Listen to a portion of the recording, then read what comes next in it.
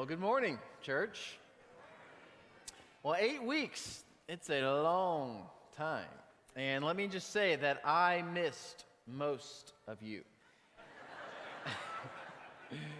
So if you're new, I have just done what is called a sabbatical, and if you're unfamiliar with that word, you're not alone. I talked to a friend last week who I hadn't talked to in a long time, and when I said the word, he replied back, "Sabbata what?"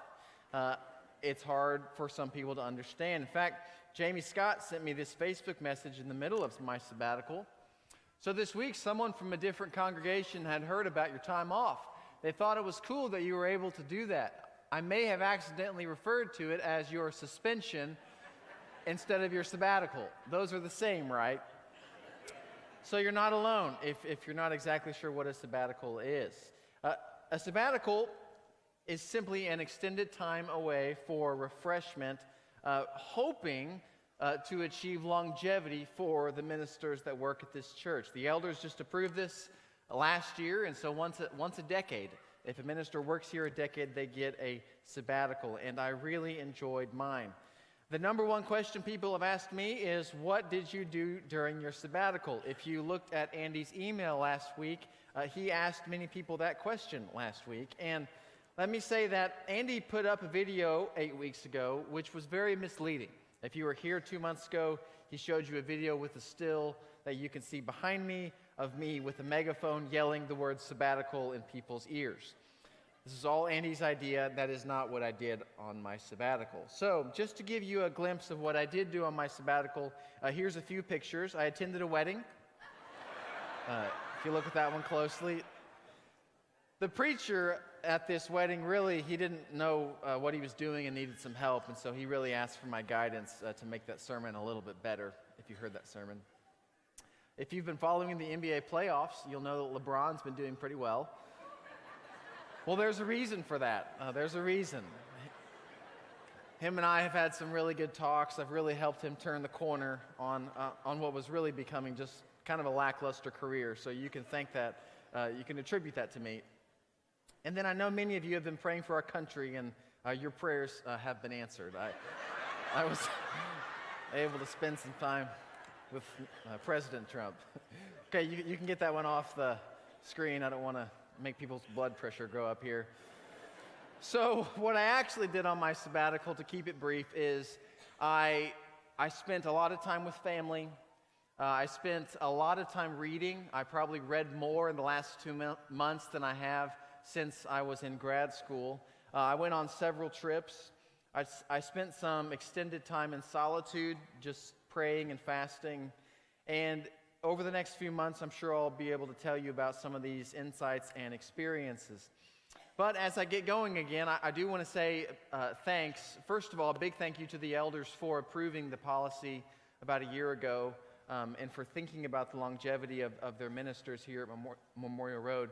And then also a big thanks for all the ministers that spoke in my place. Scott mentioned these, but I'm so thankful that the pulpit was filled with such capable and qualified men. So thank you to Andy and Mitch and Brian and Jeff, Harold and Josh and Jay and Dean and Dwayne for taking my place in my absence. And then I also want to say a thank you to the church. 1 month into my sabbatical, my grandpa passed away, and I entered back into church world for a few days for the funeral, and I just wanted to tell you that I felt so much love in that few days when I was at the funeral and just talking to people, and many of you sent cards and text messages and got on Facebook to send encouraging notes, and thank you so much for that. On behalf of myself and my whole family, we just felt a lot of love from this church family, so thank you very much for that. The point of a sabbatical is longevity, and I feel refreshed, and I hope I can do this for a really long time.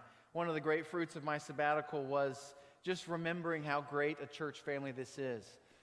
The Memorial Road Church of Christ is a fantastic church family, and if you've been here for a long time, you're part of the reason it's such a great family. If you haven't been here a long time, if you're new to this church family, then I hope you'll plant and make roots here. This is a great place, and I plan to stay here a long time. This is a great place to make friends, to find meaning, and to know Christ. And so I sure hope that you'll stay for a while. Okay, how about a sermon?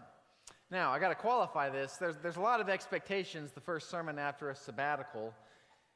I did not spend all the last 8 weeks preparing this one sermon. So if your expectation level is up here, you might want to lower it down just a little bit. I'm starting a new series today called Summer in the Psalms. We're going to spend the next few weeks just looking at different psalms, and there's a few reasons for this. One reason is in the fall we're going to launch into a whole school year theme called The Refuge, Resting in God's Presence.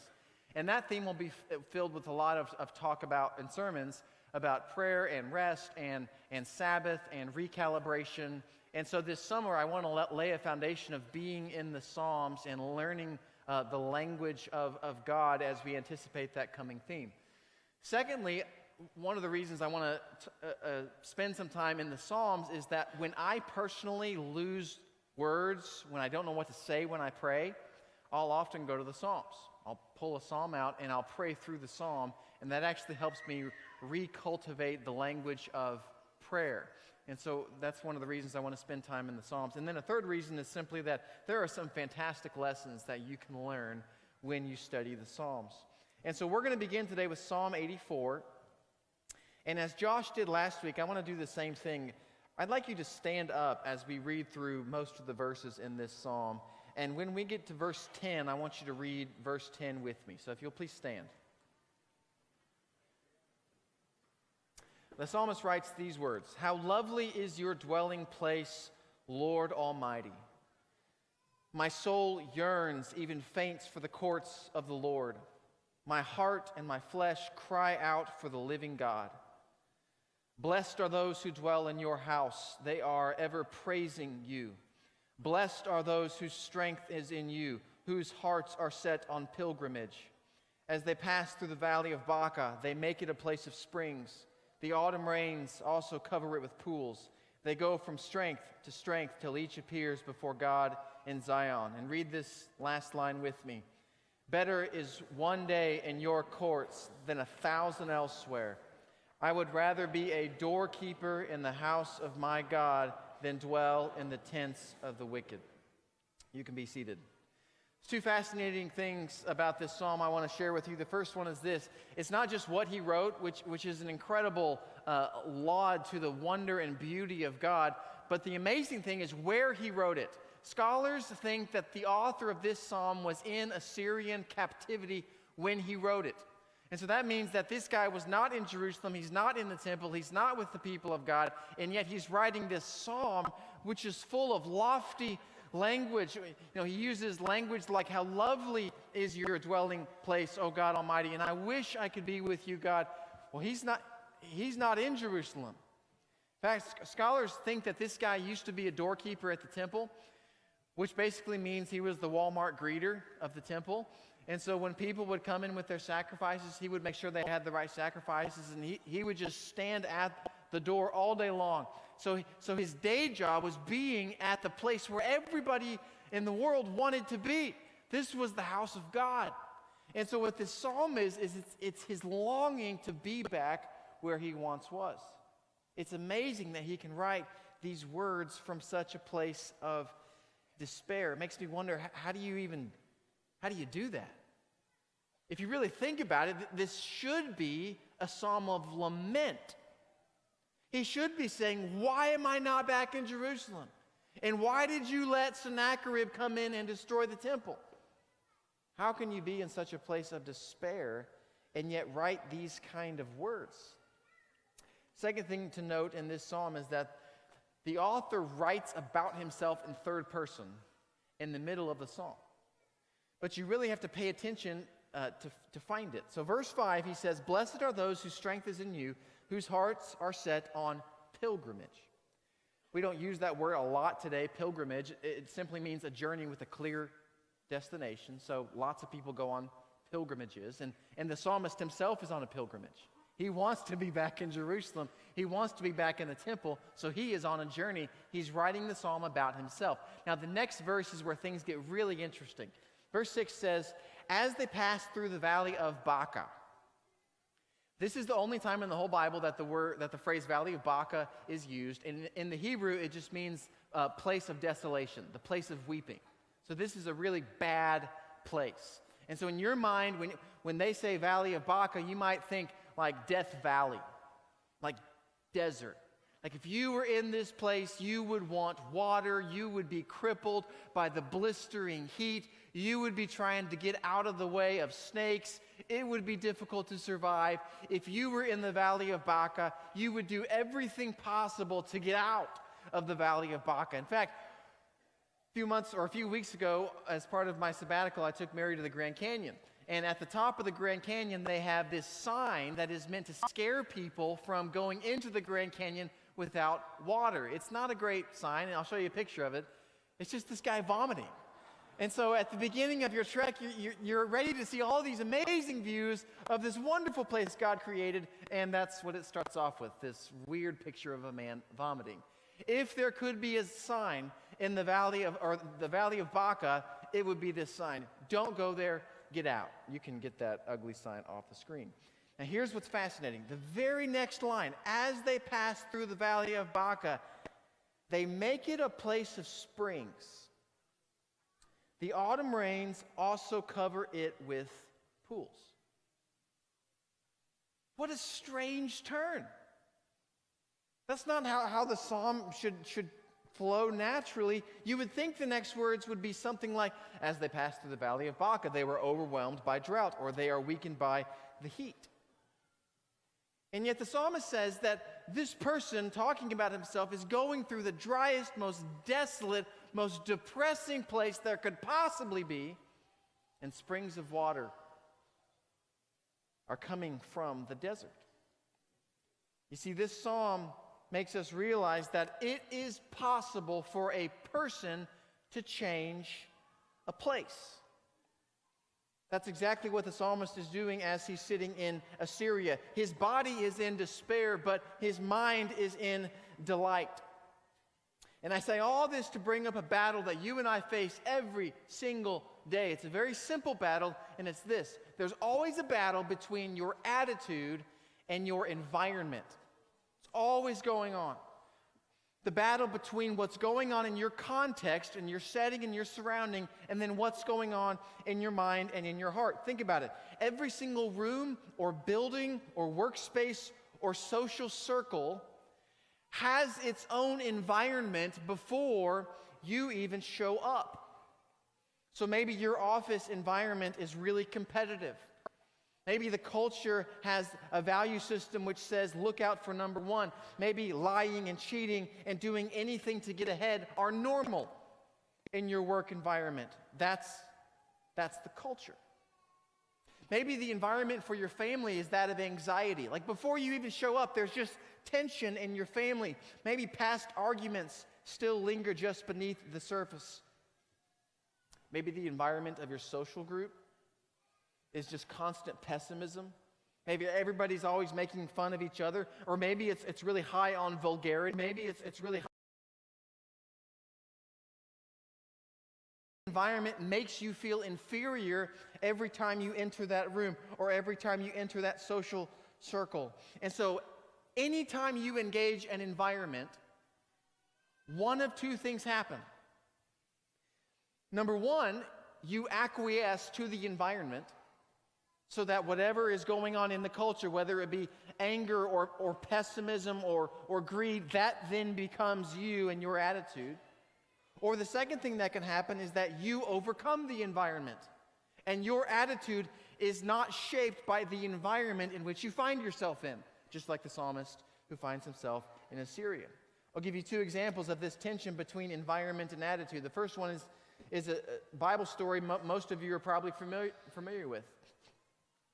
13-year-old David approaches the battle lines where his brothers and the army of Israel stand waiting to face Goliath.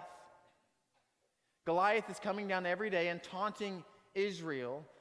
What do you think the environment is like on the front lines? It's probably pretty tense. I can see a lot of people walking around with their arms folded and their heads down. I can see a lot of tense whispering back and forth. I can see a lot of blaming each other. It's a toxic environment. And what happens when David comes in? Does the environment overtake his attitude, or does his attitude overtake the environment? Well, if you remember the story, little 13-year-old David comes bounding down the hill just like Goldilocks, and he enters into this battlefield, and he looks at Goliath, and he says, oh, well, they've got Goliath, well, we've got God. We're fine. And somehow, little David is able to take his attitude and change his environment. Here's another example from my life. A few weeks ago,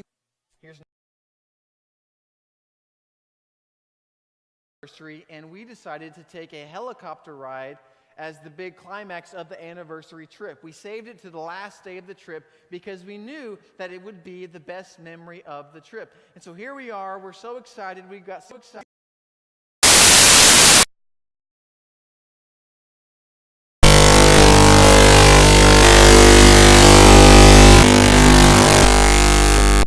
Well, I found a way to ruin the experience, other than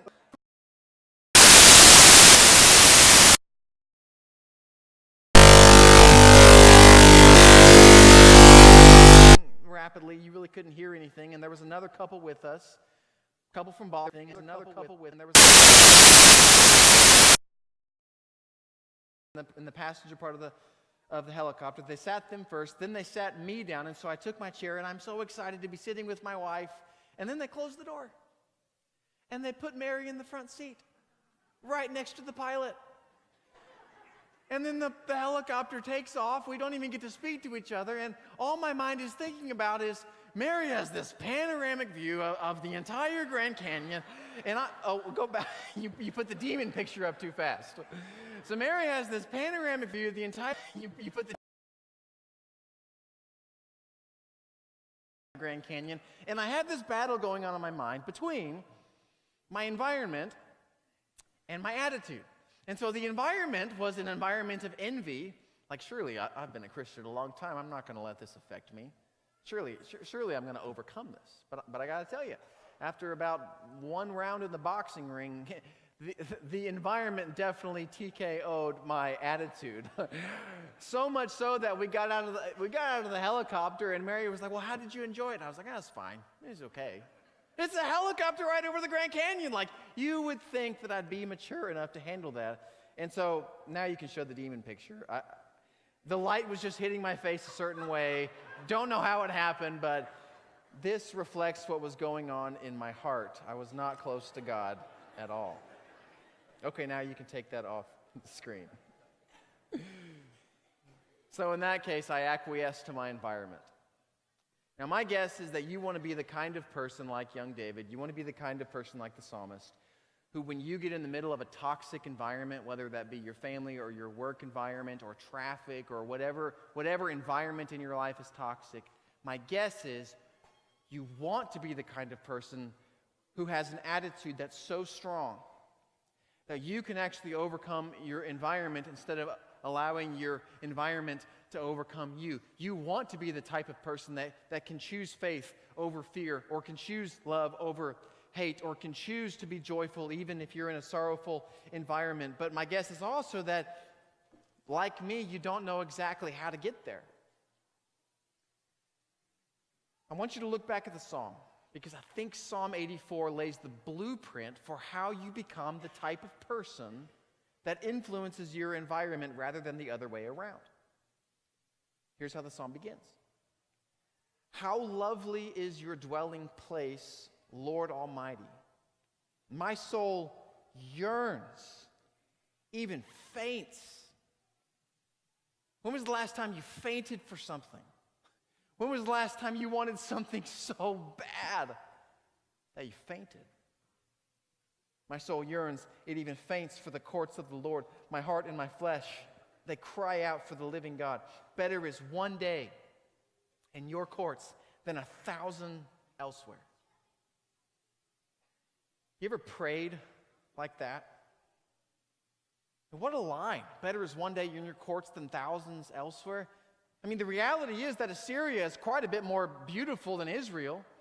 They've got gardens and rivers and covered colonnades and state-of-the-art buildings, and this author is sitting in one of the most remarkable places at the time on the whole planet. But what he's praying and what he's saying to God is, you know what? I'd trade it all for one day. I'd trade 1,000 days of the greatest vacation in the world just for one day. Just one day to be back in your presence. You know, my guess is that exile did not break him. And I think it has everything to do with what he wanted. So here's the point. Here's the truth. Your longing shapes your living. The thing that you want the most, the thing that you spend all your time thinking about, and the thing that you crave more than anything else in the world, that's going to dictate what you do on a day-to-day basis. And so if good health is what you want more than anything else in the world, think about it. That's what you're going to spend your time doing and moving towards. If good health, if it's good health, if that's your chief desire, then most of your days are going to be spent exercising and thinking about your diet because you want good health. Or if your ultimate aim is good relationships, then you're going to spend most of your time talking to your friends, being with your friends, trying to spend time with family, trying to create meaningful experiences if relationships are at the top of your desire list. Or if video games or Netflix, if that's the top of your want list, then guess what? You're going to spend all your waking hours doing that thing because your longing shapes your living.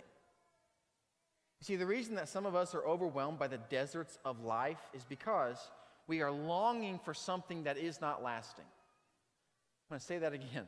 The reason that some of us are overwhelmed by the deserts of life, the valley of Bacchus in our own life, is because we're longing for something that's not lasting. We're yearning for things that are temporary. Now, they might be good things. Health is good.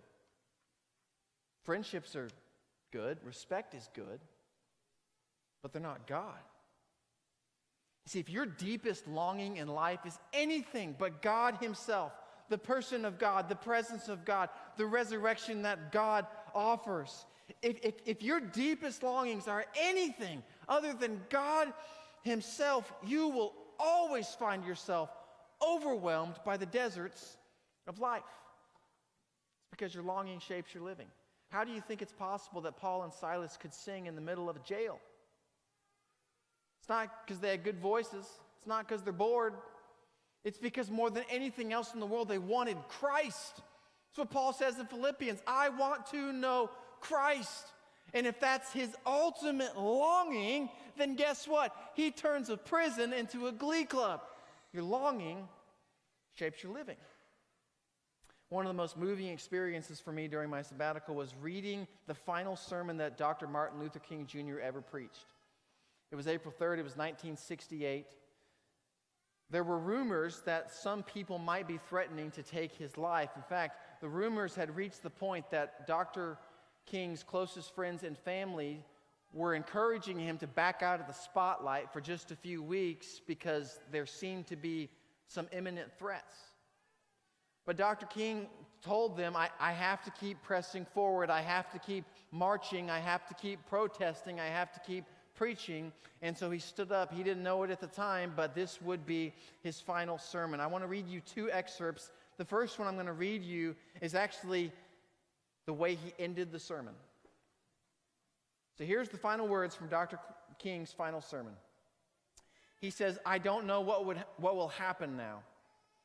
We've got some difficult days ahead, but it doesn't matter with me now because I've been to the mountaintop. Like anybody, I would like to live a long life. Longevity has its place, but I'm not concerned about that now. I just want to do God's will. And he has allowed me to go up to the mountain, and I've looked over, and I have seen the promised land. And I may not get there with you, but I want you to know tonight that we as a people will get to the promised land. And I am happy tonight. I'm not worried about anything. I'm not fearing any man. Mine eyes have seen the glory of the coming of the Lord. It's pretty incredible. Think about the environment that he was in the moment he delivered this amazing message. His environment was toxic. He was living in this racial tension that we can't even fathom. today. He was living in an environment of violence and of fear. And yet he could stand up in a pulpit and declare with all authority, I'm not worried. I'm not afraid. I'm fearless. Now, how in the world is that possible? Well, his speech, it says it all so clearly. What Dr. King had figured out how to do in the final days of his life was very simple. He had clarified his longing. If you'll notice in the speech, he talks about happiness. That's not what he wants the most. He even talks about longevity of life, but that's not what he wants the most. He'd figured it out. The one thing that he wanted more than anything else was the promised land. It's the same thing the psalmist wanted. Better is one day in your courts than 1,000 elsewhere. His longing shaped his living. That's how Dr. King could deliver such a powerful message, and that's how he could inspire such a powerful movement. So what do you want the most? I want to answer one final question that some of you are probably thinking. Some of you are probably thinking something like this. Okay, Phil, I agree. My chief desire should be God. I want to want God. But how do you increase desire? Like, Phil, if you were telling me to become a better fisherman, I could just take a fishing class. Or if you're telling me to be a better cook, I could just take a cooking class. But what you're saying is that you want me to desire God more? That's abstract. Is it even possible to want something more? I think the answer is yes. And let me explain why.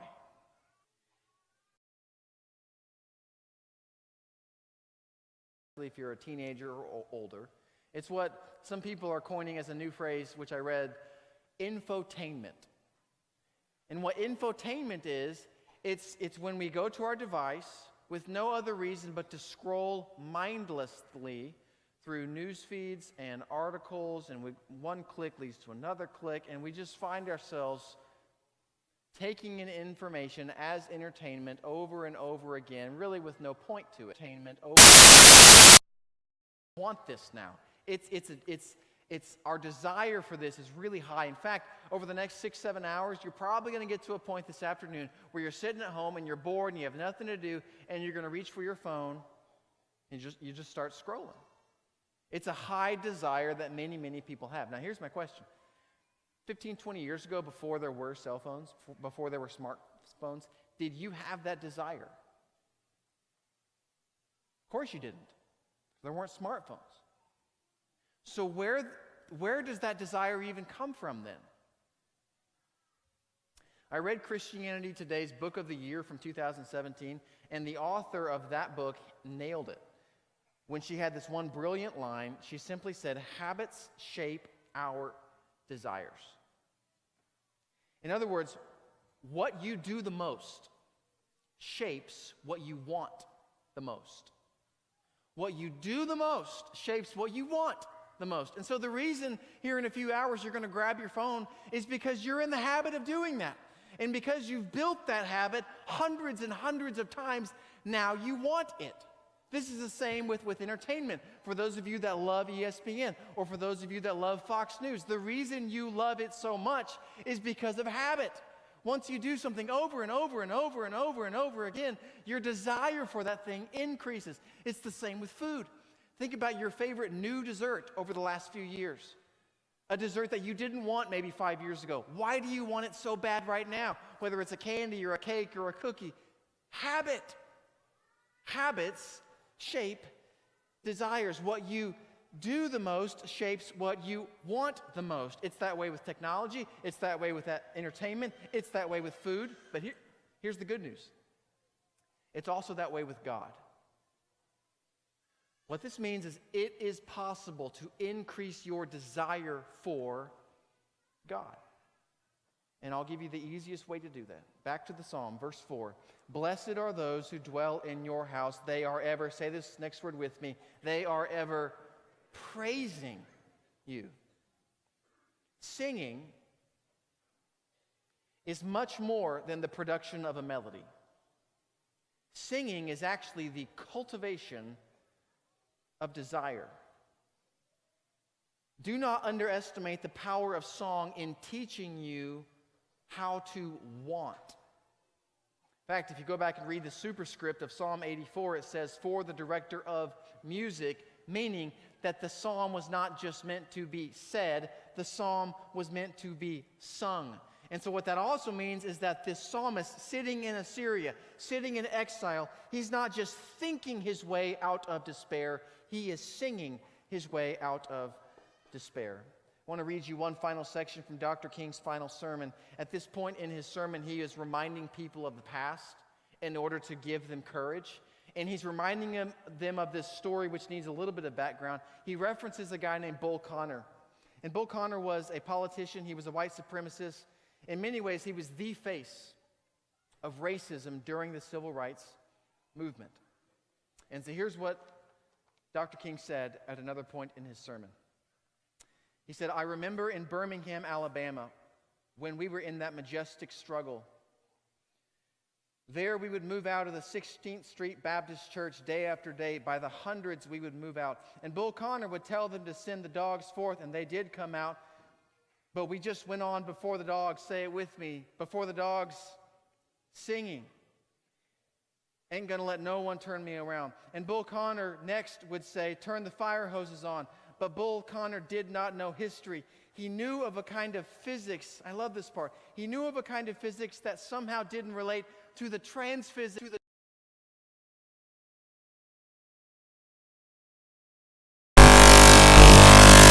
something bigger and greater than what you can just see in your everyday surroundings. That couldn't stop us. And we just went on before the dogs, and we'd look at them, and we'd go on before the water hoses, and we'd look at it, and we'd just go on singing. Over my head, I see freedom in the air. And we'd be thrown in the paddy wagons, and sometimes we were stacked in like sardines in a can, and we'd just go on in the paddy wagons singing, "We shall overcome." And every now and then we'd go to jail, and we'd see the jailers looking through the windows, being moved by our prayers, being moved by our words and our songs. And there was a power there which Bill Connor could not adjust to.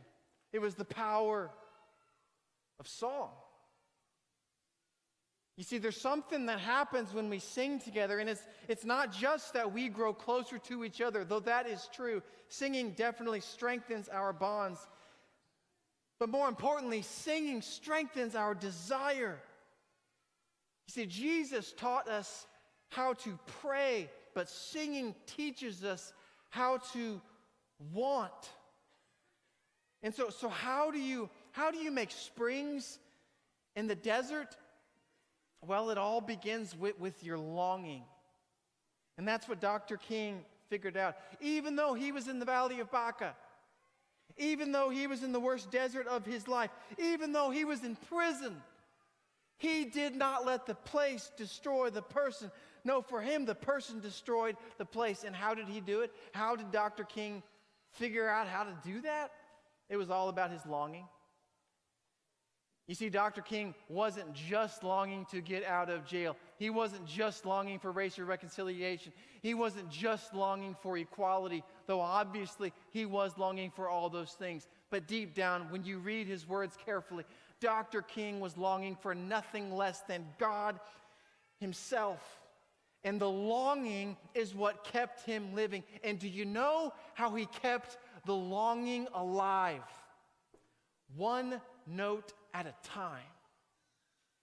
You see, longing shapes your living, but guess what? Your singing shapes your longing. And so keep singing, because every single note matters. The more you sing, the more you yearn. And the more you praise, the more you crave. So here's two things to do. Number one, if you want to want God more, I would encourage you this coming Wednesday to come to WOW.